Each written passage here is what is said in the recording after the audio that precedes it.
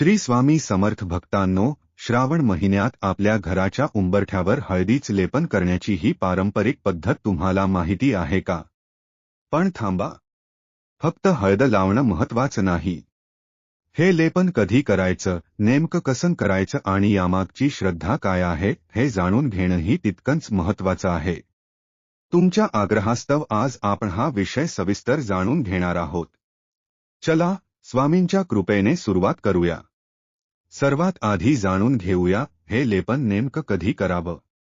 परंपरेनुसार घराच्या मुख्य उंबरठ्यावर हळदीचे लेपन गुरुवारी, अमावस्येला किंवा पौर्णिमेला केले जाते आणि सध्या श्रावण महिना सुरू आहे, त्यामुळे या पवित्र काळात घराची स्वच्छता, पूजा आणि नामस्मरणासोबत अशा पारंपरिक गोष्टी श्रद्धेने केल्या जातात.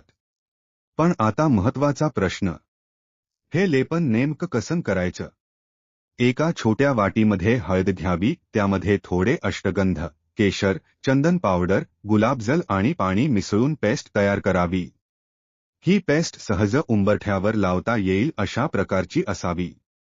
आता जाणून घेऊया हे लेपन नेमकं कसं करायचं. सर्वप्रथम घराचा मुख्य उंबरठा स्वच्छ करून घ्यावा. त्यानंतर तयार केलेली हळदीची पेस्ट उंबरठ्यावर व्यवस्थित लेपून घ्यावी. हे करताना मन शांत ठेवून स्वामींचं नामस्मरण करावं. लेपन पूर्णपणे सुकल्यानंतर दोन्ही बाजूंनी हळदी कुंकू वाहावे. त्यानंतर सुंदर रांगोळी काढावी, धूप दाखवावा आणि इथेच या परंपरेमागची सुंदर श्रद्धा समोर येते. यामागची श्रद्धा आपल्या परंपरेमध्ये घराच्या उंबरठ्याला विशेष महत्त्व दिलं जातं. उंबरठा हा घराच्या आत आणि बाहेर यांच्यामधला एक महत्त्वाचा भाग मानला जातो. हळद ही आपल्या परंपरेत मंगल आणि शुभत्वाचे प्रतीक मानली जाते.